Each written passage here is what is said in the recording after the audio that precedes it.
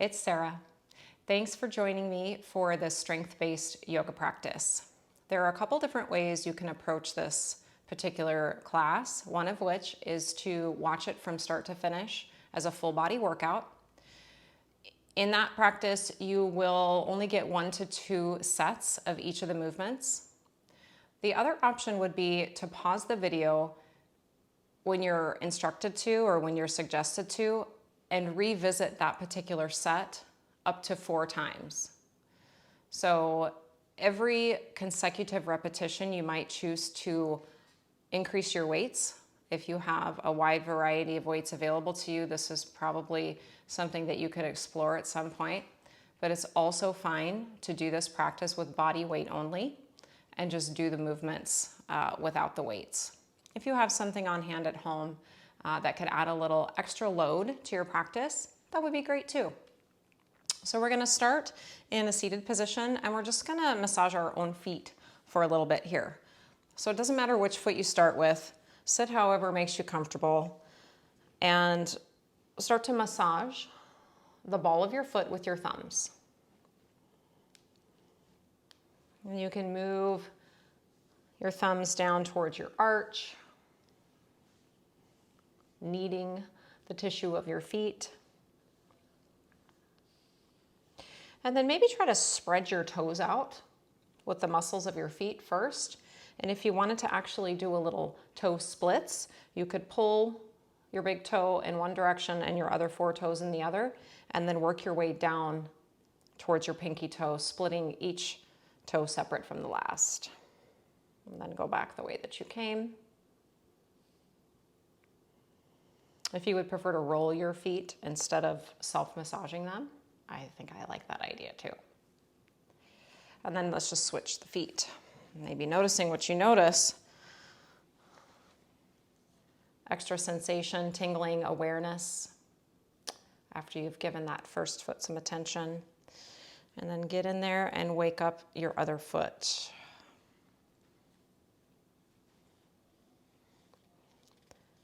Moderate to intense pressure. And then maybe some toe splits.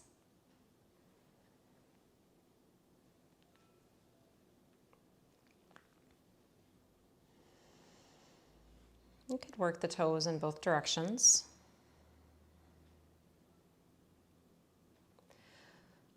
And then we'll just take a seat with our legs out in front of us. You can sit up like staff pose, or you can lean back on your arms. Let's just roll the ankles into some nice conscious circles, trying to keep that movement just in the ankles, minimize rotation at the knee or the hip.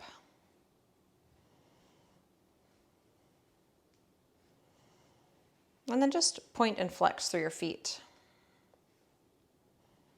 Toes towards your shins, and then the ball of your foot pointing forward.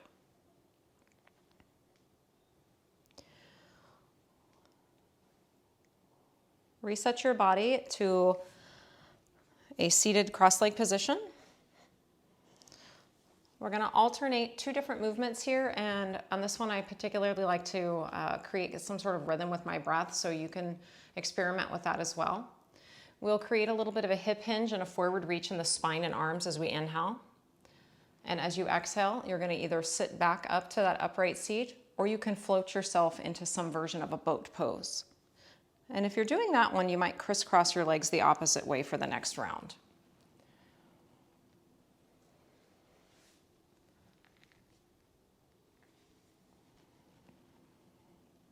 Try to move in sync with your breath. So if you're like me and your exhale is a little bit longer than your inhale, then your boat pose position might be a little bit longer than this hip hinge position.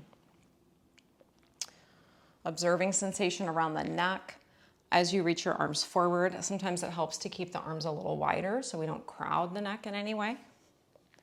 And then notice what's happening in the hip flexors and the front core as you find that balance on your seat in the V shape. Let's do about 5 more of these.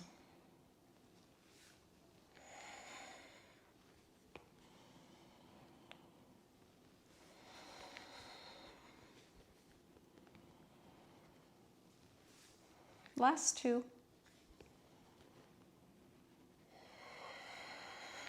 Last one. Let's hold our boat pose.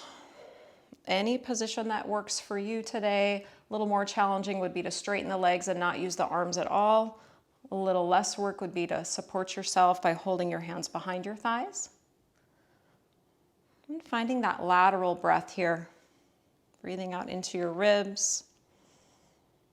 Keeping the chest bright and open, collarbones wide, sternum up. And just a little bit of a scoop and a hollow in that low tummy. And then reset yourself to a kneeling position. Swing your legs around. If kneeling all the way back onto your heels isn't ideal for your knees or ankles, you could sit on a yoga block or 2 blocks stacked or some pillows, just something to elevate your hips slightly. Bring your hands out in front of you. We're going to do our cat-cow pose from here first. So as you inhale, lift your sternum up and find that little back bend. Let your tailbone sweep backwards. As you exhale, tuck and round and dome your back behind you as you draw the front spine into flexion. We'll do 2 more like that with the breath synced up. Inhale to the extension. Exhale to flexion. Notice if there's a lot of movement in the shoulders. Try to initiate from the spine instead. Now hold your cat pose. We're going to inhale here now and exhale to spine extension. Inhale, scoop and hollow, flex. Exhale, lift and arc your spine. One more time.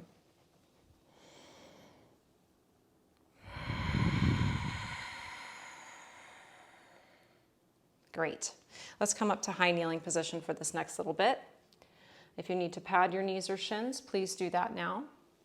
Find a hint of a posterior tuck in your pelvis. So for most of us, that's just going to bring us to neutral. Think of opening the front of your hip creases here and take your arms out to a T. Thumbs can be reaching up, palms open. As you exhale, side bend to the right, get a little longer on the left side. Keep the low ribs knitted inward. When you're ready to inhale next time, rise back to that vertical spine and exhale, side stretch to the left. One more set like that. Moving slow with control. There's no rush to get anywhere. Let the length of your breath determine the pace of your movement.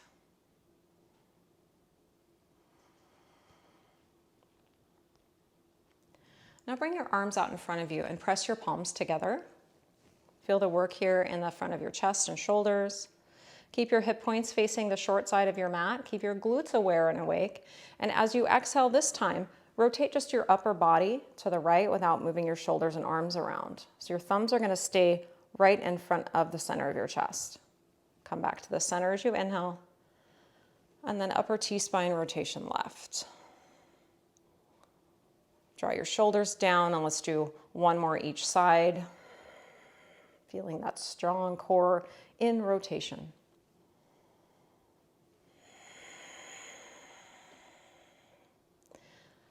And we'll meet in tabletop for a little wrist prep. So start with your left fingertips forward like traditional tabletop position. And with your right hand, turn your right fingertips towards your right thigh. And then just make some little movements here.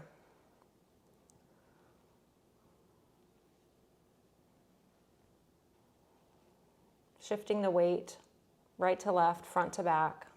Intentionally pressing your hands down into the floor for now. And then flip and switch. Explore any small movements, staying in a pain-free range of motion. Actively pressing down through the base of your knuckles and finding a wide spread of your fingers. Take both hands to face the front of your mat, a little bit wider than your shoulders with a slight turn out of the wrists. Send your hips back as much as you need to peel your hands off the ground into wrist extension and create lots of little wrinkles in your wrists. Now, if your elbows bend here, it could be that you need to rock your hips further back because it would be hard to lift without bending if we're too far forward. So wrist hinges, we're going to find that strong extended position without bringing any extension into the spine or the neck. And then we're going to tap. Tap the palms and then lift the palms. Make a little noise here. Nice straight arms. Put the work in the forearms. Last 10. 5, 4, 3, 2, and rest. Sit back on your heels. Give yourself a little rub down or a pat down in the forearms around the wrists. Come back to your tabletop position. Left arm is going to stay part of your foundation, nice neutral spine curves. Right arm, reach it forward and a little bit on a diagonal, thumb side of the hand up. And then start to spiral your arm internally so that when you reach it behind you, your palm faces the sky. Take it back out to the side like a wing, rotate it outward, thumb will eventually lead up. And 2 more like that, rotating the arm as you move it behind you. And then unrotating it, coming back to that external position as you reach forward. Last one, internal to reach back, external to reach forward. Switch arms. 3 half circles, external rotation, reach forward, internal rotation, reach back. Last 2. Really push the floor away with that right arm and shoulder blade. Last 1.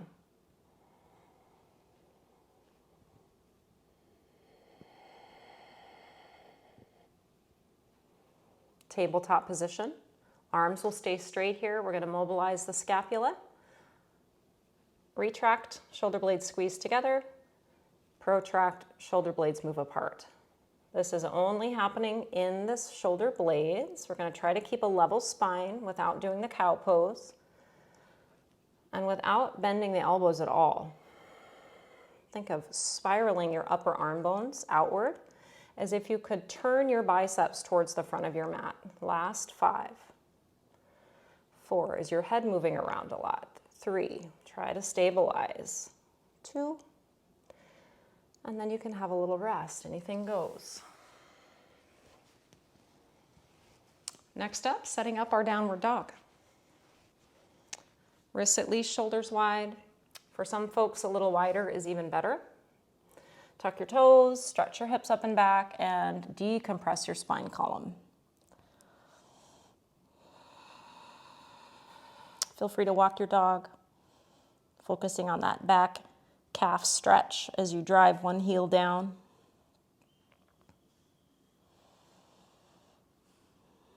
And then send both heels towards the earth. Whether they touch or not is pretty irrelevant, but see if you can lighten the load in your toes and maybe lift your toes slightly off of the floor and see if that intensifies things for you. And then relax your toes and shift forward towards a plank. Now press your toes into the ground as if you were trying to brush them backwards. Reach through the crown of your head and find a sense of your arms trying to drag backwards towards your toes.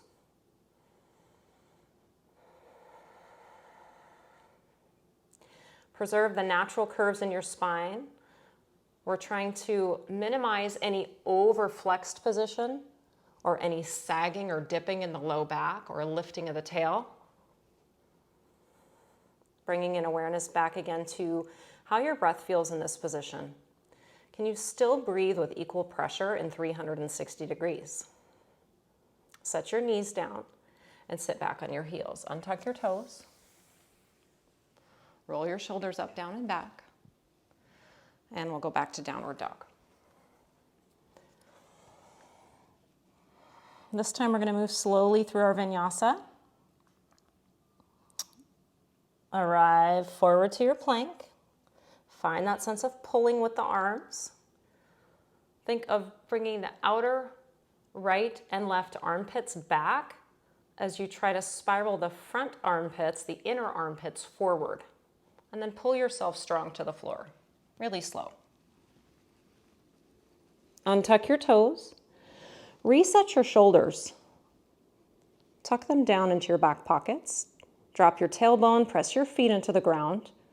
Think of trying to shorten the space between the front of your pelvis and the lowest ribs. Then hover your hands off the ground, just an inch or so. See if you can do this without moving the head or raising the chest.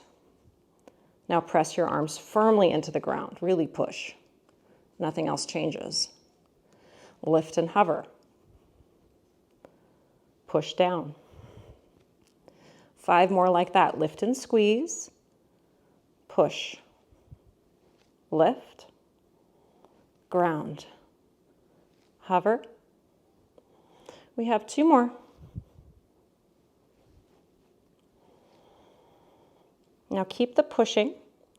Lift your chest. Balance the work between the back core and the arms. Keep legs strong, pressing down, and then come all the way to your belly again. Tuck your toes under. Push the floor away through a table, back to downward dog. Lift your heels, walk your feet forward. Forward fold, you can dangle here. Bend your knees as much as you like. Let your shoulders kind of slouch up by your ears for a second. And then actively draw your shoulders down towards your back pockets again. As you inhale, come up to a halfway lifting position, thinking of lengthening through your spine column as you press down actively into the floor. And then forward fold. Let's do that again.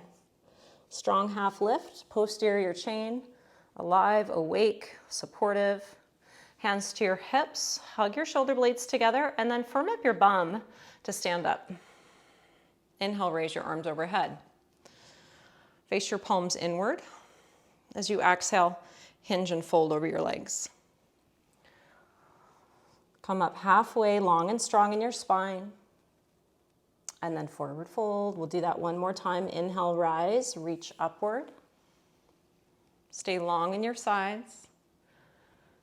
And exhale, fold back down. Halfway lift, inhale, maybe fingers to shins or the floor. And exhale, fold. Heel toe your feet out a little bit wider. We're preparing for a squat stance. And with this particular position, we don't want to be really wide like goddess, and we don't want a huge turnout in the legs unless that's really the only way that's comfortable for you. So start to bend your knees and drop your hips down and back, actively pulling your seat lower towards your heels. And then see if you can get your spine organized so that it almost feels like tabletop. Now we're in a really deep hip hinge here. We're going to elevate the hips a little bit as we stand the spine upright. So less depth in that squat. Find a sense of your heel bones pushing down and dragging backwards. And let's just go down an inch and up an inch. We're going to stay in this really moderate mid-range. But each movement has an intention. As you bend your knees, you're actively pulling your seat straight down towards your heels without hinging forward in your spine, just like an elevator moving up and down. And then as you try to stand up, you're squeezing your bum to start to straighten those knees to come back to standing. Last 5, 4, 3, 2. Now stand all the way up and step your feet in so that they're about as wide as your hips. So the bony part of your hips, not the fleshy part of your hips. We're going to squat and then heel raise. You can add a little bit of a hip hinge here, but don't get too carried away with that so the chest gets low. Once we stand, we'll lift the heels. So something like this. Your depth. As you sit back into that squat, think of lightening the load in the ball of your foot, but driving through your heels. And as you stand up, you're trying to press down through the ball of your foot and lift your heels as you squeeze your tush. Pull down, push and lift. Let's do 10 more of these.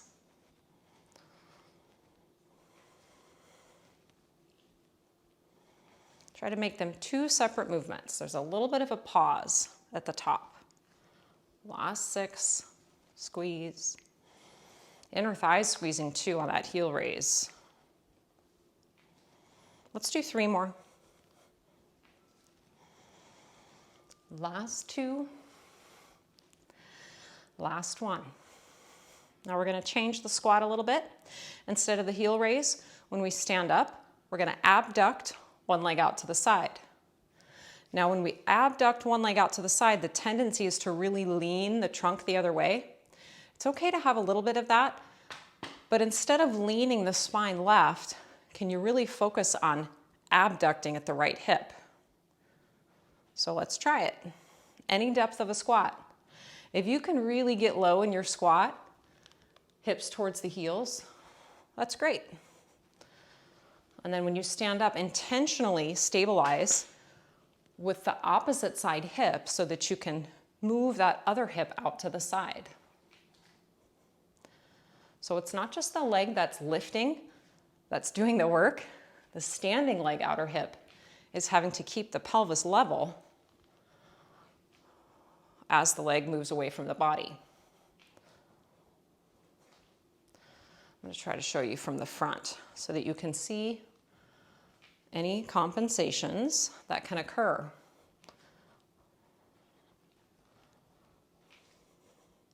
Try to really stay anchored, through the ball of your big toe. So not necessarily the toe pad, but your knuckle. So thinking of staying rooted and grounded and even at the ball of your foot. Let's do 3 more on each side.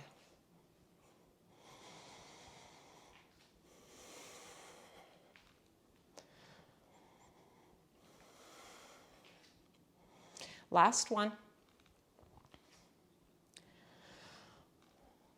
And then we're going to hold that abducted position best that you can for a small pulse, just for 10. Everything else stays still. 8.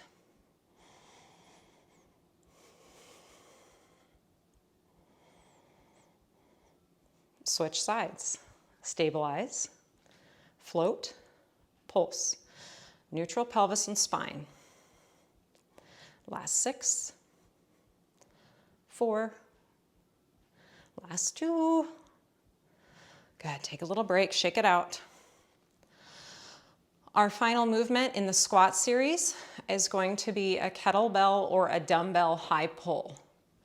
So if you were going to choose to do this without weight, it would look like this. It would be a squat and an imaginary high pull or a rowing motion, okay? You could use 2 dumbbells. That might look something like this. Okay? Or you could use a kettlebell. Think of a vertical squat, not so much a hip hinge. So this is not a kettlebell swing stance or a hip hinge. It's more of a straight up and down squat, pull. Join me when you're ready. Stay rooted and connected through the heel. Try to take your hips straight down rather than back and down. Firing those outer hips into abduction, just like you did standing on one leg. But now both hips are trying to abduct. That means moving out away from the midline of the body without opening the foot. So staying connected to that big knuckle on the big toe side of your foot. We have 1 more set of 8.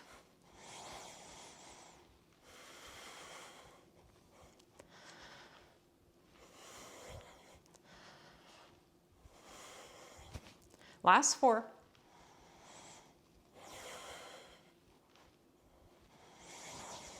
Last 2.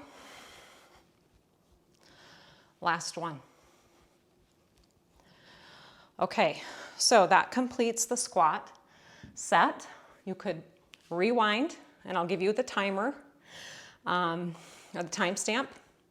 When I edit this video, you can go back to the first squat series and do the whole thing again. If you're just going to focus on the squats, I would do 4 sets, progressively adding more weight if possible.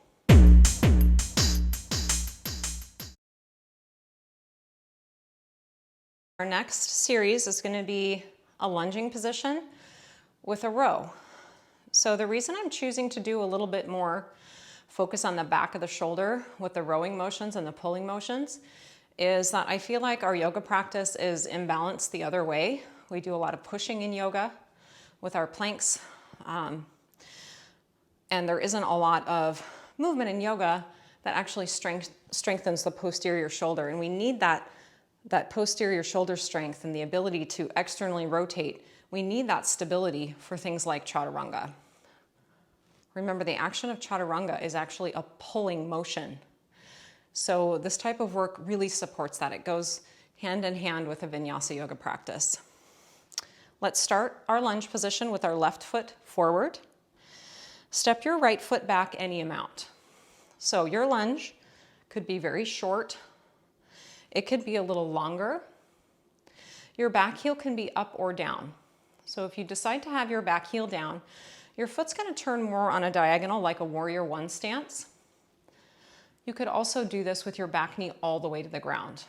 Your left forearm is going to rest gently on your left thigh without dumping into the shoulder or chest. So think about keeping your shoulders facing square and open, as well as the chest and collarbones. If you're just rowing vertical like this, it's a little easier. If you're reaching forward slightly, that makes things just a little bit more challenging. So let's begin. Nice, controlled range of motion without rushing too much here.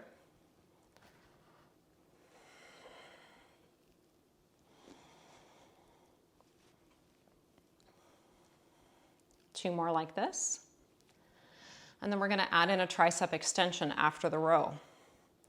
Your upper arm is going to stay super quiet, and the elbow will act as the hinge as you extend your arm as straight as it'll go. Firm up that back leg glute for support in the hip. Four more like this.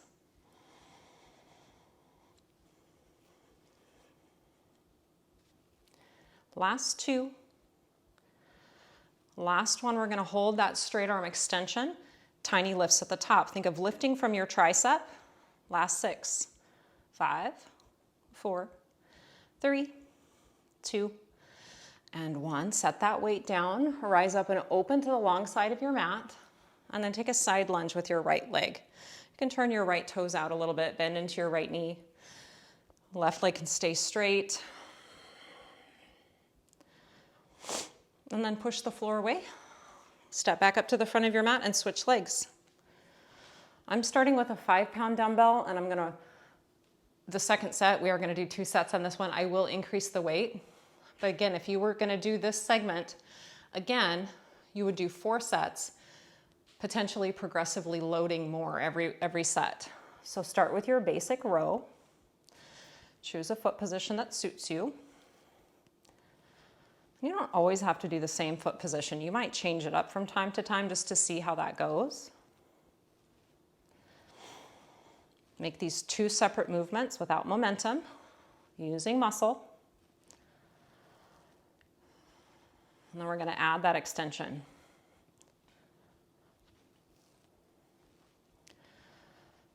It's a reach and pull, extend, bend.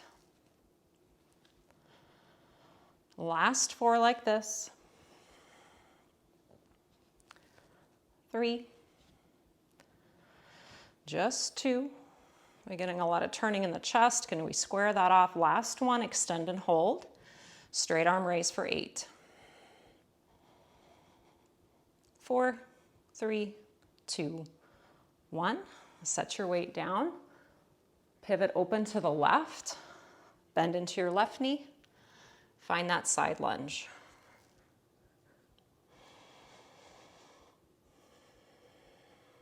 And then turn back to face the front of your mat. Set the weight off to your side. If you're going to go back and do the lunge set again, press pause, rewind to the timestamp in the video, and do it again.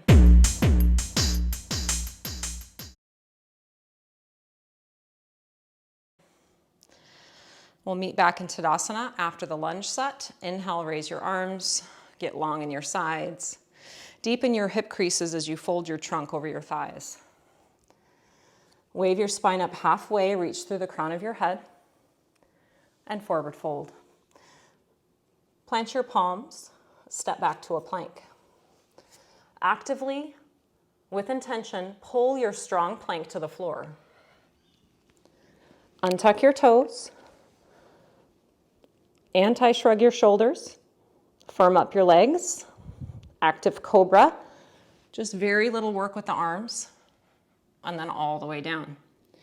Second cobra, you can do the same, or you can have your upward facing dog instead. Thighs lift, hips lift, spiraling those arm bones outward, drawing your sternum up, opening through the front of your chest.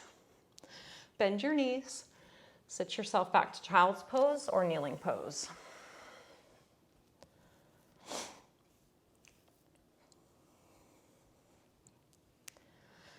This next segment is going to be a very small movement for most of us, and you probably won't need weights, especially if this is something you've never done before.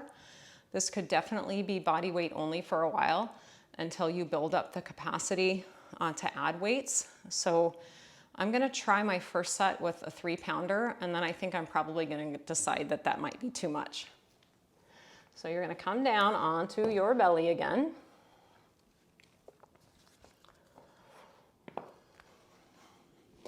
And your left arm is just gonna make a little kickstand, and your hand is gonna serve as a little base for your forehead.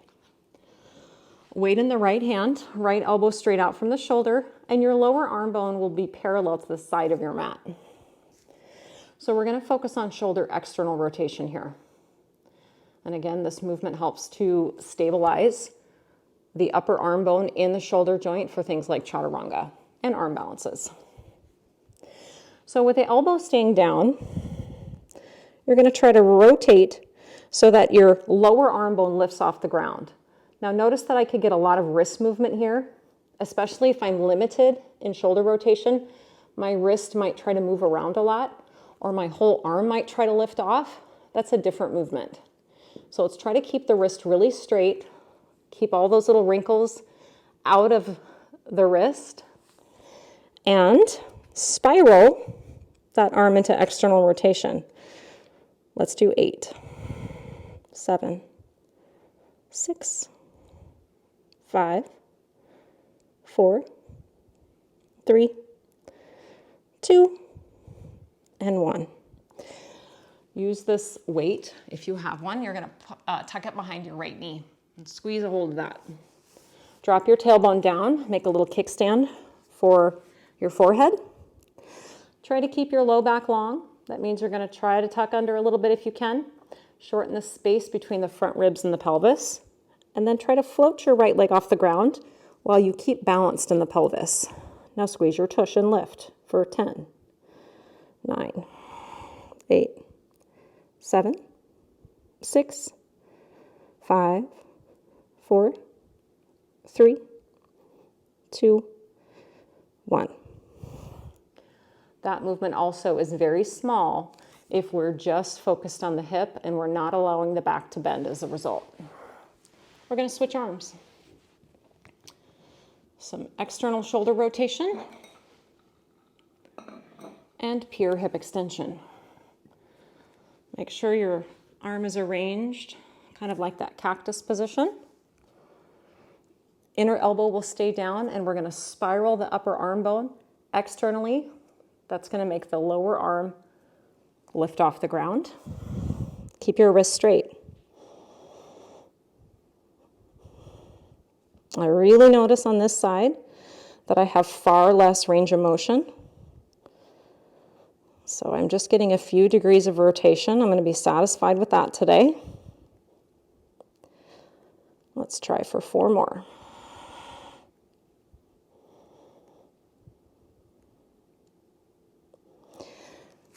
Put your weight behind your left knee, right in the crease.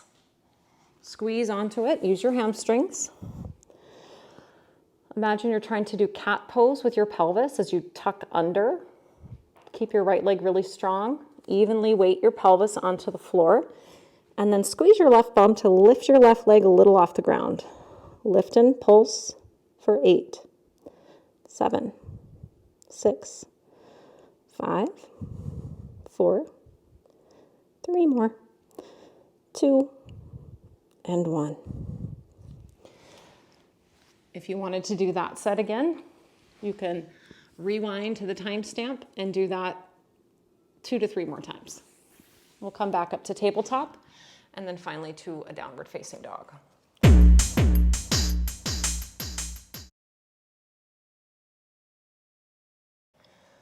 Give yourself a little stretch in the back body. Lengthen the column of your spine as you send your hips up and back. Reach your arms forward and down. Lift your heels and walk yourself to the front of your mat. Come up to standing any way that you like.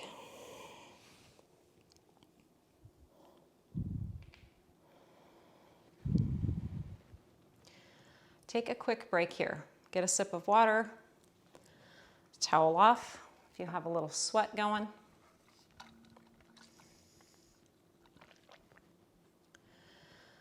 And our next set will be in a plie squat position.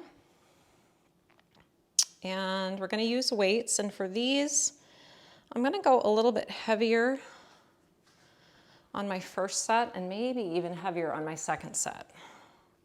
I've got a big gap between my middle set of weights and my higher set, so I might have to be satisfied with that middle. So we know this pose in yoga as goddess. We're turning the toes outward on a diagonal line from the heels. As you bend your knees, bring your weights out in front of you and try to pull your thighs outward away from your midline. So that's really strengthening your outer hip, and you might actually feel a little stretch in your inner thighs as a result. Turn the soft eye of your elbow forward, find your depth in your squat, and make a bicep curl. We're trying to keep the rest of the body really quiet and still and focus this movement in the biceps. Well, these are pretty light weights, at least mine are. So I'm going to add my own extra resistance by imagining that I'm curling 50-pound dumbbells instead of 5-pound dumbbells. What's happening in your feet? Can you maintain a sense of stability through your foot tripod? And invite a lift of your arches. Last set of 8. Are we getting a lot of movement in the spine? Can we try to keep it upright and vertical? Last 4. 3. 2 more. Now hold that bicep curl about halfway, and we're going to pulse the legs for 10, 9, 8, a little slower, a little lower, 6, 5, 4, 3, 2 more. Let's hold at our depth. Right heel lifts and lowers. Try to keep your pelvis level, so we're not lifting the pelvis or changing the thigh position all that much. We're trying to work this right ankle, lift and lower. 4, 3, 2, switch legs. Left heel lifts, everything else stays pretty still. My left foot isn't as good at this.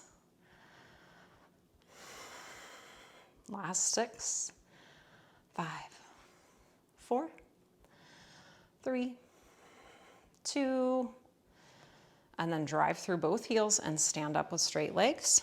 Turn your toes towards the long side of your mat. Hinge through your hips here, keep your spine reaching forward. Set your weights down and take a relaxed forward fold. Decompress your spine again.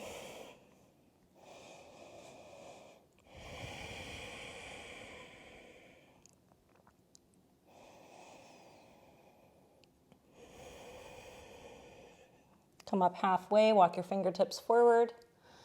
Fire up your glutes, hands to your hips, come up strong. Our last little bit for this wide squat stance is going to be hip internal rotation, external rotation. So for me, I like to bring my stance in a little bit narrower. And when you do this next little bit, it's possible that your feet are going to start to slide away from each other. So it's likely that you're going to have to readjust your stance from time to time. And with this movement, if you haven't had a lot of exposure to hip internal rotation yet, it will be new for you. Your brain is figuring it out. So if you ever feel any cramps coming on, that's actually kind of a good sign. That means that you've kind of tapped into some territory that's new, and that hip internal rotation is good, nutritious movement, and it will help all of your other hip stuff. So let's find a moderate plie squat stance again, toes out, heels in. You don't have to be as deep or as broad. Now lift your left heel off the ground so that you're keeping the ball of your foot down. Spiral that left leg inward and outward. You're rotating on the ball of your foot. I can already tell my leg is moving a little bit wider, so I'm going to step it in and do 5 more. Keep your pelvis neutral. Try not to let it kick back, tuck under too much, or lift side to side. Last 2. What's happening in this right leg? Can we bring it out anymore? And then set it down. Let's repeat. Lift the right heel, drop it in, span it out. Roll it in, roll it out. Just the thigh bones moving. Everything else is staying pretty steady. 4 more. 3. 2. Last 1. Push through your heels, stand up. That completes 1 set of the plie series. You can rewind to the timestamp that you see on the screen and do that again 2 or 3 more times for a total of 3 or 4 sets.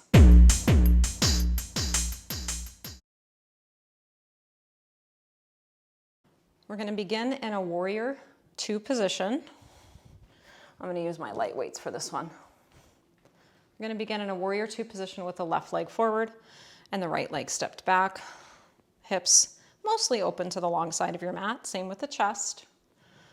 Our arms are going to be out in a warrior 2 just for a static isometric hold for 5, 4, 3, 2, and we'll add in a lateral shoulder raise. So lower your arms just right out in front of you, and then raise your arms back out to that warrior 2 position, really slow. If you like vinyasa yoga and you are drawn to this idea of dancing movement with breath, find a rhythm that works for your practice. Let's do 4 more like this.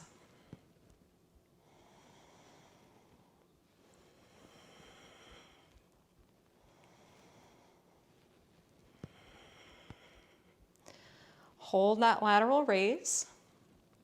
Keep your lowest ribs knitted towards one another so that you're not in a back bend here. And we're going to float the arms into a small pulse. 8, 5, 4, 3, 2. Hold the arms. Pulse the legs in and out of the warrior. Really small range here for 6, 5. Consciously pulling your hips forward by dragging your front heel isometrically towards your right heel. Last 2 and 1. Reset to a wide leg, rest your arms. And then we'll just turn the right toes towards the back of our mat and find our warrior 2 for the second side. This time, your arms are going to come out to that goal post position. And we're holding here for 5, 4, 3, 2, adding in a chest fly. Legs stay steady, squeeze in, pull wide.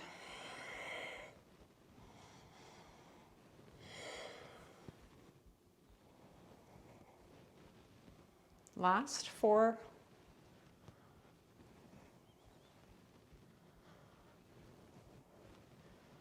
Now keep your arms in that chest fly position, elbows in front of the shoulders, maybe your forearms even touch.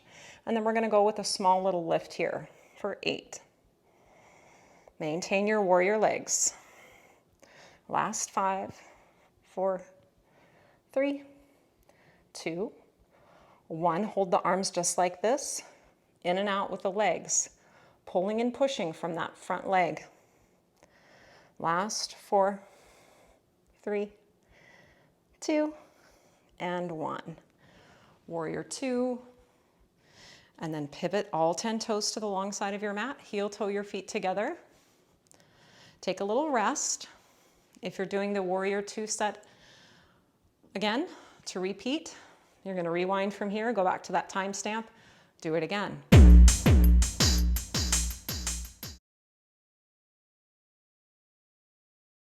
Our next segment is going to bring us into a single leg balance or a modified single leg balance, and then we're still going to work the pulling muscles on the posterior chain.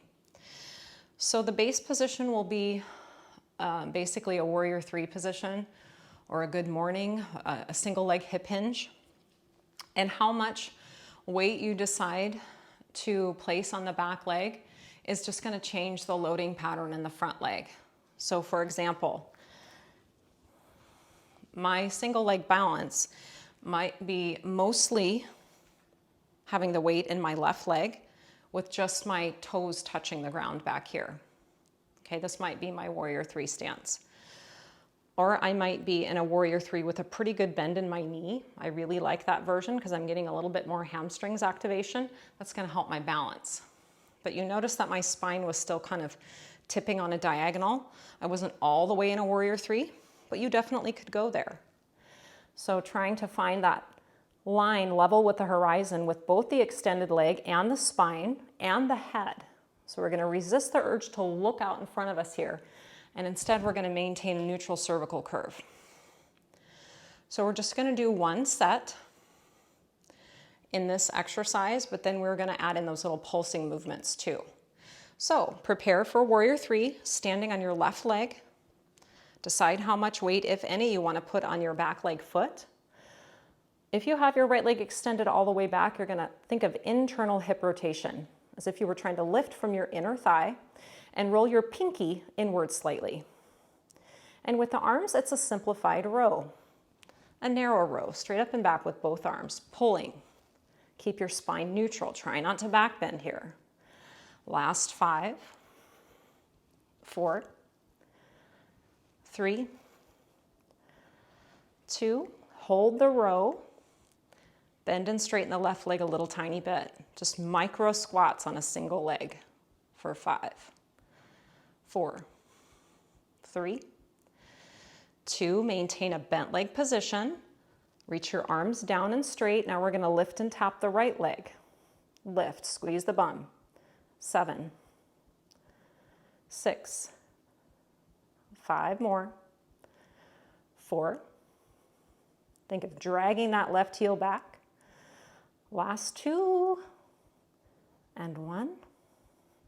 Reset your stance. Whoa, lost my balance a little bit there. That left hip was super tired. Give it a little shake, a little shimmy. Pedal the legs. You can always pause if you need a little more time here to recalibrate things. And then we'll move on to the right side. Left leg is either going to step back, create a mild hip hinge, or you're going to find your balance. Working towards Warrior 3. Anywhere in between those two positions is great. Bend your elbows like you're holding a giant ball between your chest and your weights. Full range of motion for you, wide arm flies out to the side like wings, and then hug back in, pulling wide. 6 more. 5. Try to level out your hips, thinking about an internal hip rotation of the left leg. 3 more. 2. Can you hold the arms wide without extending your back? Bend and straighten the right leg.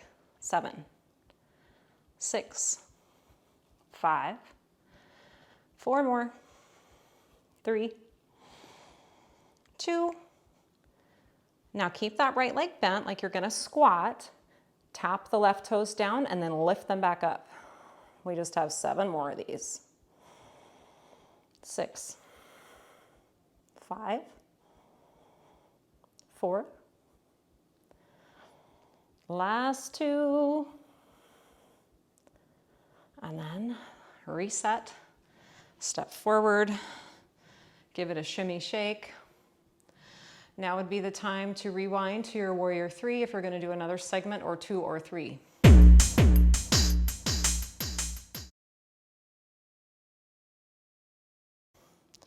You can let go of your weights here. Find Tadasana. Sweep your arms overhead as you root down through your feet. Think of hollowing your armpits. As you exhale, reach long through the column of your spine and then let it dangle over your legs.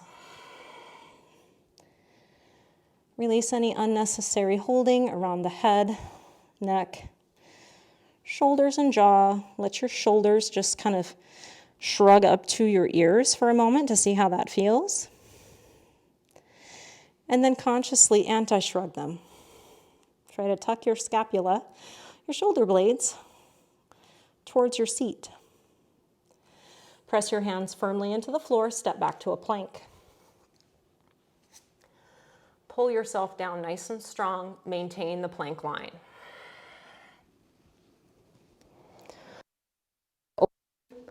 Use your arms a little, but don't completely rely on them. Do lift the hips if you'd like. Squeeze inner thighs for upward facing dog.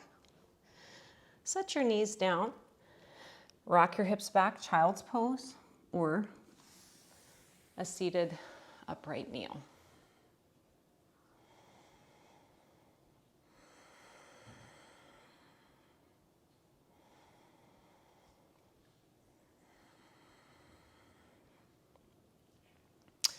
The rest of our work is going to be done on the mat. So bring yourself to a reclined position.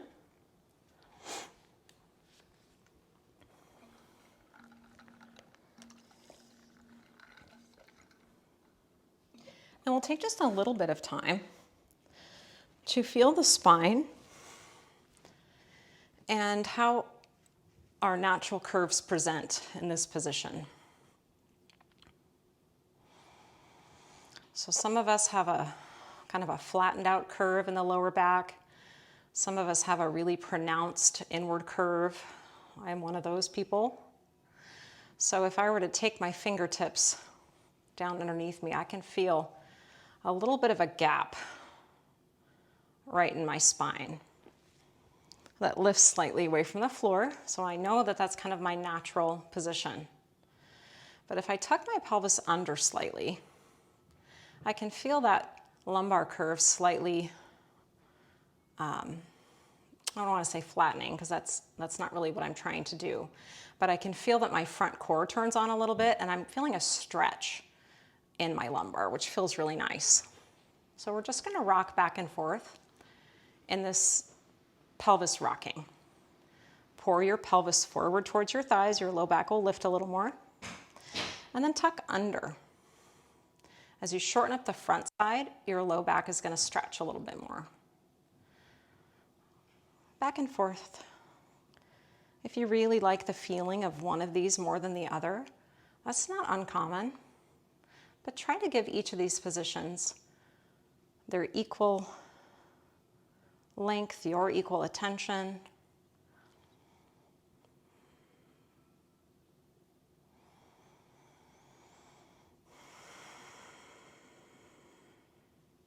And then once again, find what feels like natural, neutral position. Stretch your legs down all the way and a little bit wider, so almost like towards the corners of your mat. And then your arms are going to reach out to the sides. Our next movement is going to be a starfish curl twist. I'm not sure what else to call it, but I kind of feel like this feels like a starfish. And we're going to pull with one arm. The arm that stays to the ground is going to initiate a pulling from the back of the shoulder, and the reaching arm is going to try to reach towards the opposite leg toes as we lift the toes. So I'm going to start with my right arm reaching up, my left arm pushing down to help lift my trunk and crisscross over towards that left foot, and then control yourself when you come down.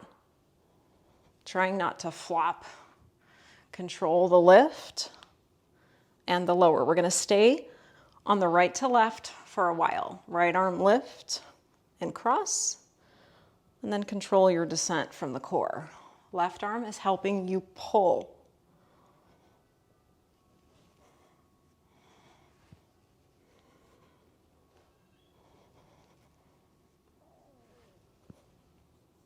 Let's do 4 more like this.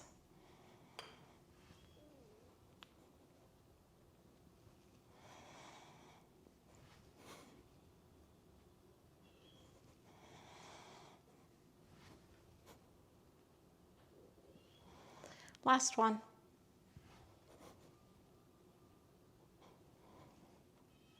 And then for a little rest, you could keep your legs stretched out, or you can bend your knees and windshield wiper your legs.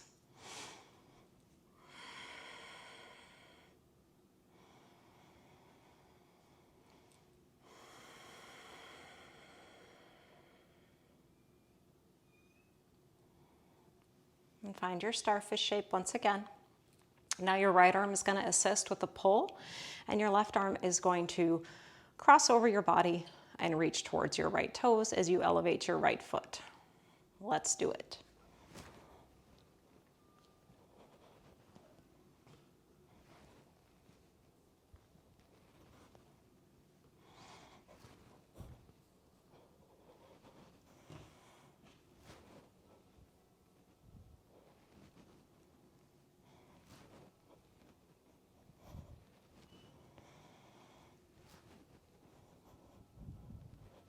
Let's try for 4 more.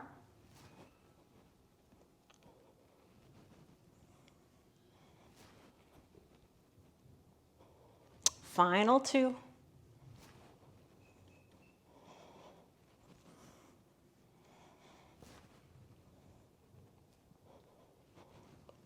And then take another little rest. Adjust yourself until you're satisfied.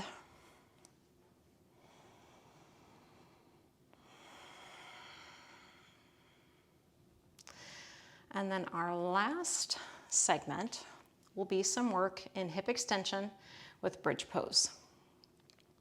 For this set, you could add a little extra weight onto your pelvis by putting your dumbbells on either side here and holding them with your hands.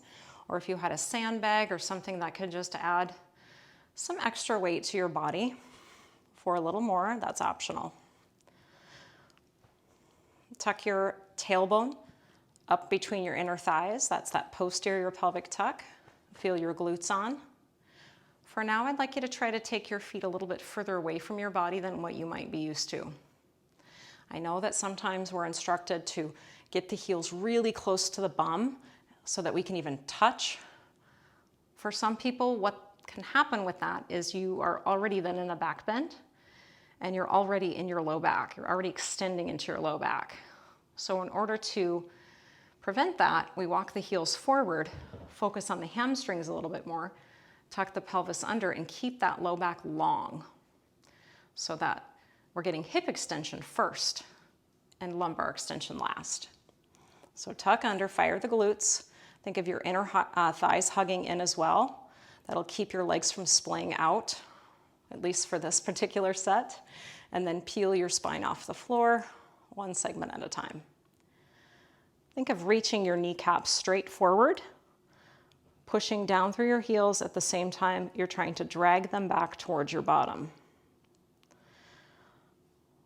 Guiding your pelvis away from your rib cage, and then keep your low ribs heavy.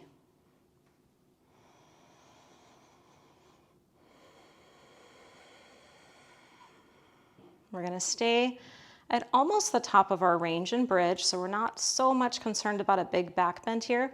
Mostly we're working on opening up the front of this hip crease, and we're going to pulse this. Little squeeze and lift for 10, 9, just an inch or so, 7 more, last 5. Now hold your bridge up, lift your heels. Lower your heels and lift the ball of your foot.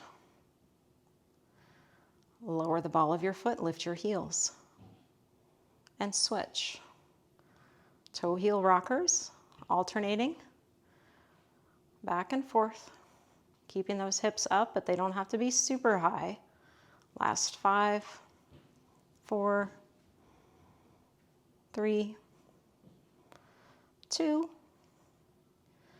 and 1. Settle the feet all the way down and slowly roll your back to the floor. And keep your hips grounded. Pull your right leg into your chest, first using the muscles of your hip. Notice where you stop.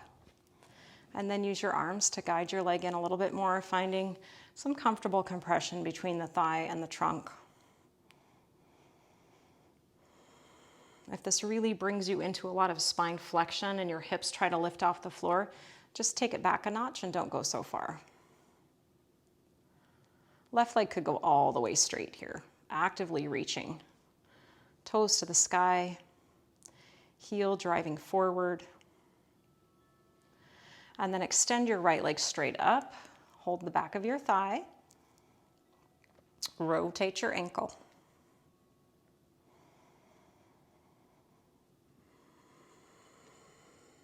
Bend your left knee, set your foot back down, cross right ankle over left. Use the strength of your hip to find that figure 4 stretch without using your arms. Keep your arms resting as you float the legs off the ground as if you were going to thread the needle. Just using core awareness here and the musculature around the hips to keep the shape without pulling or leveraging with the arms. Notice how that can change things just a little bit. As your spine still in those neutral curves.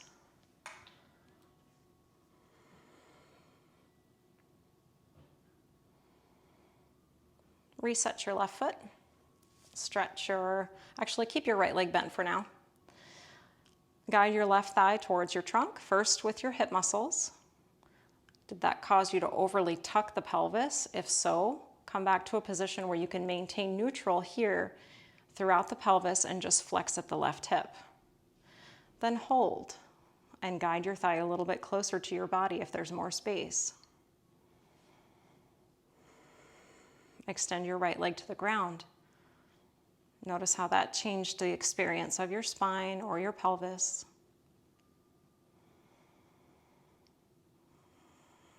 Straighten left leg, hold the back of your thigh. Find some rotation in left ankle.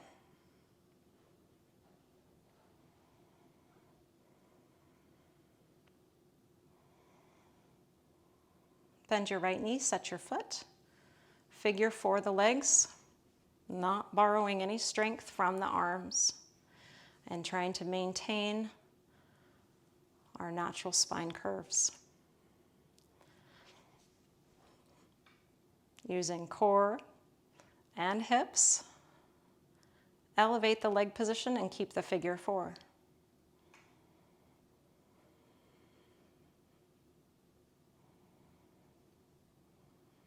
Bottom ribs still trying to nestle towards each other to preserve that really strong canister in the trunk, allowing our breath to fill up the side rib cage. Breathing for 3, 2, and 1. All right, now would be the time for you to add in any little extra movements that you feel like your body needs right now. If you'd like to meditate or take Shavasana, definitely do that. Set up some music if you like. My guidance is now complete. So let me know if you have any questions about any of this, anything we did or didn't do during the practice. You can put them in the comments or reach out to me through my website. Thanks so much for practicing with me. Namaste.